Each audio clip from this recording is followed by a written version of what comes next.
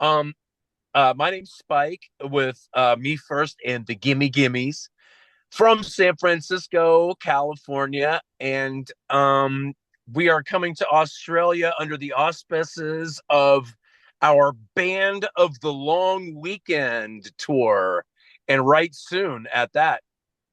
Beautiful, Spike. Thanks for joining us at this ungodly hour today. No, it's pretty godly for me, I gotta say. It's midday on a different day, mind you. And I'm here in the Bay in Northern California, and yeah, things could certainly be worse, and they will be. Of this much, we can be assured. Well, you're going to actually be trading in the Bay for the sunny coast of Australia, mate, as Me First and Gimme's return to Australia this time next week, mate, for a run of shows starting in Brisbane on October 30, then hitting the Gold Coast, Newcastle, Canberra, Sydney, Torquay, Melbourne, and Adelaide, and finishing in Perth on November 13th, mate. Like, by my reckoning, that's only 6 days away. You're packed and ready to go. Getting there, getting there. We always leave it to the last minute. But no, we're getting there. Preparing ourselves mentally and emotionally and infrastructurally. It's always a challenge, but somehow we always make do. And the flight keeps getting shorter and shorter. I think they hit some kind of slipstream or I don't know, but as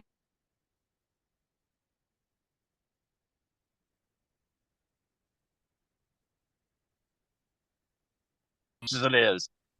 Yes. Now, I could be wrong here, mate, but I swear it was only 2 weeks ago I saw you at the Miami Marquetta. It feels like it, doesn't it?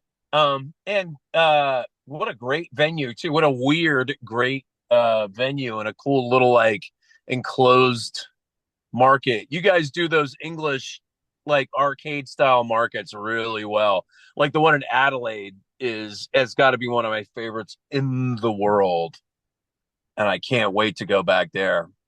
Oh yeah. So did you guys like leave a go bag here somewhere to say bringing stuff on the plane? It'd be a lot easier. Yeah, I guess it would, but no. Like I said, we make do. Like we're not always the best friends of the people at the airline counter by any means, but we sort of barge our way to the front and sort of insist we have to. We need help. We got a lot of stuff. We got wardrobe. We got new monkey suits to stuff. We got gear, lest we forget guitars and amplification, drums, although some of that will be supplied on your end. But yeah, we got a lot of stuff. And like we don't travel light, but we travel. Now, there's going to be some people out there, mate, and I'm not one of them, but some people will be saying, like, fuck, we only saw him a couple of months ago. Like, why should we go again? So, how's this show going to be different to the last time you were here? Well, we just released a 7-inch and a streaming single of something that the old heads might remember from Sunbury 72, and that is a rendition of Billy Thorpe and the Aztecs. Most people I know think that I'm crazy, and it's accurate. I may not have written the song, although I easily could have. But it's as if it were written about me, and I can relate. And I think, the average Australian will be able to relate too, and probably be more familiar with it than your average American, that is, listener. I think he came close to a hit here, um, but predictably for musical artists, I think either he or his management mismanaged his ascent to international superstardom. Oh, what the hell was the song? Um, you know what I'm talking about. It was his like big breakout hit. Like over there, most people I know was the breakout hit, but here it was. Oh, what the hell was it? I can't remember. But anyway, that Anyway, that's what Americans would be more familiar with. you're going to have to 100% play that now you've mentioned it, mate, because people will tear you apart if you say you've done a cover of Billy Thorpe and you don't play it, they will riot in the streets. Yeah, no, I definitely I get it. No, we try to come with something sort of new with local relevance every time we come out, something that wouldn't have been heard before. Um, I've even done I've gone so far as to do a Saints song on the ukulele, and strangely enough, like it got sort of lukewarm response. I hope there's more Saints fans out there than it seemed like at that, on that tour. But right after we leave, um, the Saints are doing their own Australian tour, I understand, and Mark Arm from Mudhoney is going to be singing for them. Unfortunately, we can't stick around because we're going straight to Japan, but I really hope they come to the States with that thing. And furthermore, this great label from Los Angeles called In the Red Records is doing this like quadruple album release of I'm Stranded with t-shirts being released at the same time, all sorts of extras, B-sides. It should be, I think it may already be out, at least here in the States. So but yeah, no, we try to do something new with local relevance every time, as I said. Now I don't admit this very often, mate, but you guys have got me absolutely fucked. Like, I can't figure out anything even slightly witty to combat you naming the tour the Band of the Long Weekend Tour. Like, where the hell does that come from? The internet. And I discovered that Australia is called the land of the lost weekend, or has been called the land of the lost weekend, and that kind of makes sense. It's a little alliterative, but it I works. It tracks, like right? I like it. I sat there for ages looking at it, going like, "What can I say to this?" And it's just like, "No, they've got me. I'm fucked. Got nothing." That's good. I like that. We like to put crowds. We like to put our fans and facilitators at a disadvantage. You know what I mean? I think it's not a strategic thing as much as it is just sort of a troll. Our shows are like an hour and a half long troll, and at first we try to sort of set the bar kind of high for ourselves by really alienating our potential allies until the point where they're actually expressing their displeasure in, like, you know audibly booing. You know what I mean? We like to bring them to about that point before we start to reel them back in. We discovered it where it really where it really kicked in was we recently, 2 or 3 years ago, and it was still during lockdown and everything like that, so it was a really crazy tour. But we were on a bill with the Violent Femmes and Flogging Molly, as well as a band from New York called Thick, and all the other bands played originals, or at least mostly originals. So, and as with most bands that play originals, they are the heroes of their own stories, right? They're very earnest and they're very serious about their music. They may be smiling and everything, but it's a serious moment, they're sharing with you. Whereas for us, we understood right off the bat that we were the heels of the bill, just as we are the heels of any bill that we're on. And interestingly enough, the nights when you alienate the crowd the most, those are the nights where you end up selling the most t-shirts. Isn't that funny? Um, Something about the human animals. Comedians understand it. Comedians understand that they have to channel the worst aspects of themselves. They have to analyze and pick out the worst parts of themselves and then put them on display and accentuate them. Um, and not to try to be the hero. Like some of my favorite, Jim Jeffries from out your way, kind Funny, of gets the paradigm, but I love him. But it seems like he's sort of following an American model, if I may be so bold, which is that, like if you're looking at a comedian, and it even work, it goes it works with TV shows too, like The Sopranos. Like if you can't tell if this person means what they're saying, then that comedian is a success. If you can't tell if they mean the heinous shit that they're like popping off on the stage, then they've done their jobs. And that's kind of the way we feel about it. Like we're not trying to be your friend, we're not trying to meet you, we're not trying to get a message out.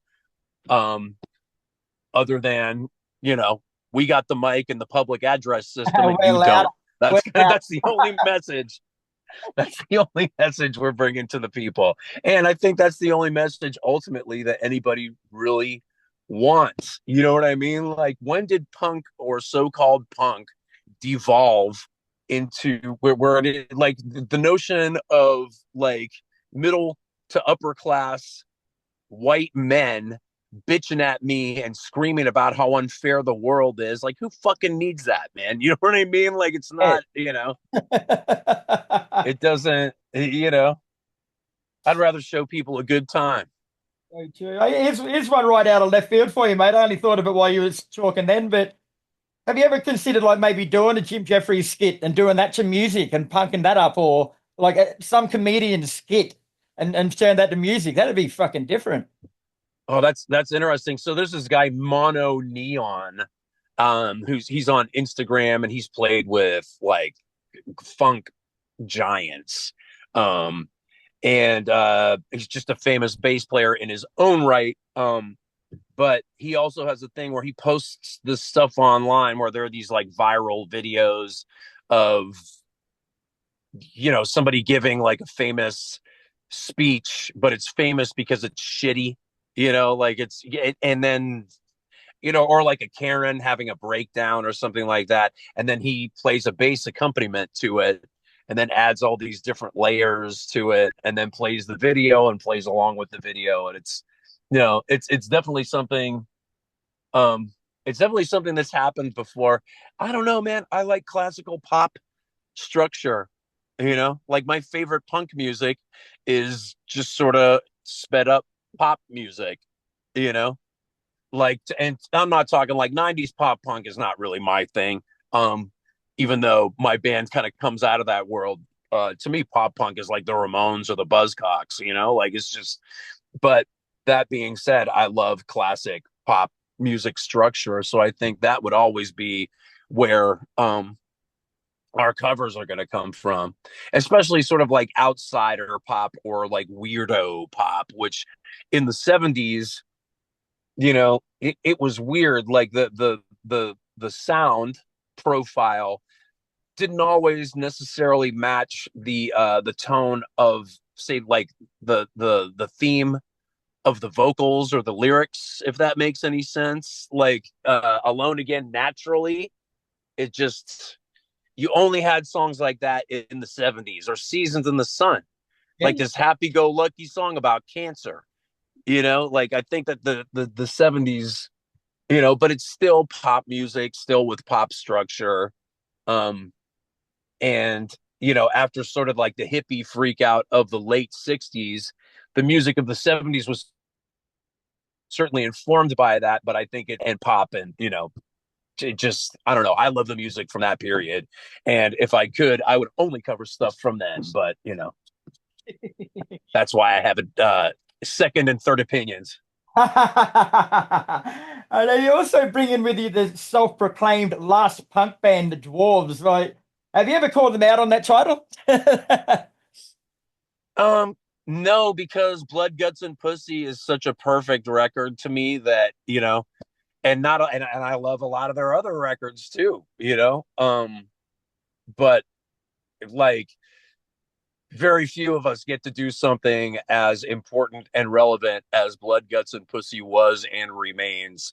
So yeah, sure. The first, the last, the alpha, the omega, like it's and I love Sugar Fix.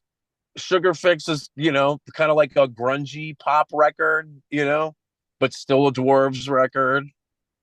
Thank Heavens for Little Girls, another excellent record. Into the 90s with The Dwarves Are Young and Good Looking, another excellent record. um, come clean. They're full of them, but blood, guts, and pussy, whatever you want to call them, first, last, that's it. I'm not calling him out. And he's a good friend of mine too. They're all good friends of mine.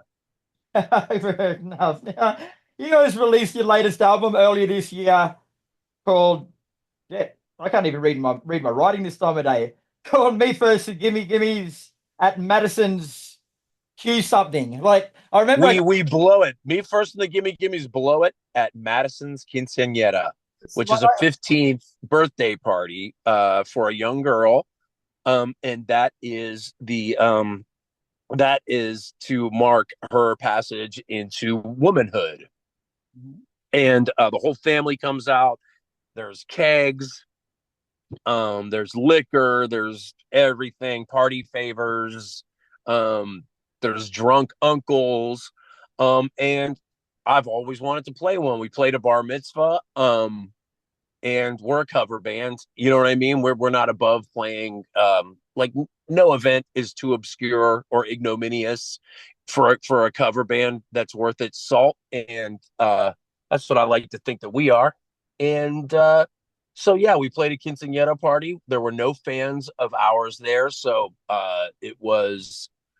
So when we alienated the crowd at the beginning, it was a much more uphill climb.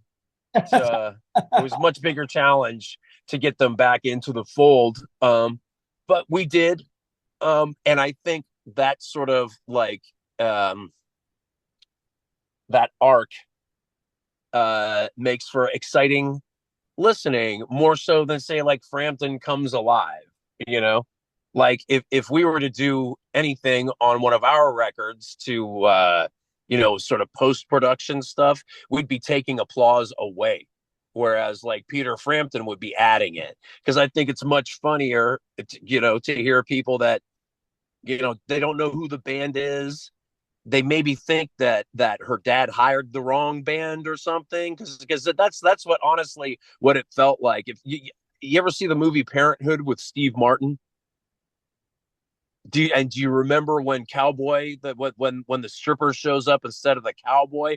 That's kind of what the quinceañera was like. And but when we played an Olivia Rodrigo song, that was when we really got the kids um on their feet. Prior to that, it was tough. It was really touch and go. Like they were leaving at points throughout the set as I was begging them to move up to the dance floor. Instead, they were leaving and going out to the backyard to, I don't know, to vape or TikTok or whatever kids are doing these days. And but the Olivia Rodrigo song, it filled the floor. They started dancing. They liked ABBA. Abuelo dug that's grandpa. He dug the Spanish songs. And all told, when we were driving back up to San Francisco the next day, I was looking at pictures, and even with the pictures, even with photographic proof, I still couldn't believe that it actually had happened, that it was something that I not only had gone through, but I had played and sung and, dressed up and everything. It was and like a dream. you guys have played everywhere from bar mitzvahs to quinceañeras and stages all across the world, mate. But is there anywhere you wouldn't play? No. Uh, I don't know, right off the top of my head, no. We have played everything, man. We played fireworks night. This is years ago in my hometown of Pittsburgh, Pennsylvania. It's an old steel town, used to be a steel town back when they used to make steel there, but always a sports town. And on fireworks night, and it was 3 nights of fireworks. And I used to go to it when I was a kid when it was at a different stadium. They knocked that stadium down, and now it's PNC Park. And fireworks night gets all of the people from the entire region of like Western Pennsylvania, Eastern Ohio. Everybody comes in for fireworks night. And They didn't know who we were. I don't know why the Pirates organization hired us, but they did, and we had not practiced in about a year. We were assigned the songs that we were to play at the event, and as it turned out, they were we well they and again, they were chosen for us. One of the songs was the fight songs for a bitter rival of the Pittsburgh Pirates. So the booing started, I remember, and it was kind of quiet at first, and then it just started to swell and crescendo, and all the while there are these like M500 fireworks being set off like bombs from the baseball field. We were out like by second base, so luckily out of projectile range. But and fireworks going off from barges on the Allegheny River, from the U.S. Steel building. And this is all in my hometown. So it was like kind of like being on acid without having actually taken anything. And finally, at one point, I want to say there were a good 30,000 people booing us in unison. And so they wheeled the mobile stage back into the bowels of the ballpark as I did like a Princess Di kind of wave. And people from the Pirates organization advised us to stay. You guys should probably stay here for a good hour, 2 hours, just to make sure that there are no disgruntled fans left outside. And then the next morning, I got the news that we had been summarily fired from the following two fireworks nights, and we had to negotiate a being paid for 2 days instead of just one. Because they tried to, because we went out there planning to play all 3 nights. They couldn't handle I you. mean, I had a notion that it wasn't going to go well, but so maybe no more sporting events. Very cool. All right, Spike. Well, thanks for your time today, mate. It's been a pleasure chatting. Me First The Gimmes Cheers. are in Australia from October 30th. They go everywhere except Tasmania and the Northern Territory. So see you on the road, brother. Yep, not you, Darwin. Get Darwin. Sorry. See you, buddy. All right, have a good one, man. Thank you.